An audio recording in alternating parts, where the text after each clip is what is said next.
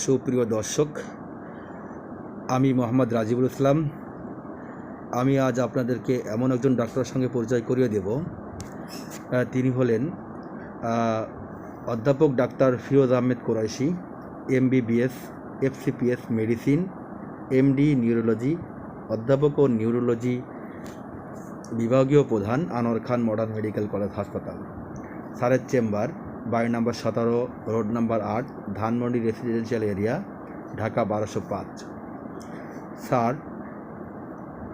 নিয়মিত রোগী দেখছেন সকাল 11টা থেকে বিকাল 5টা পর্যন্ত।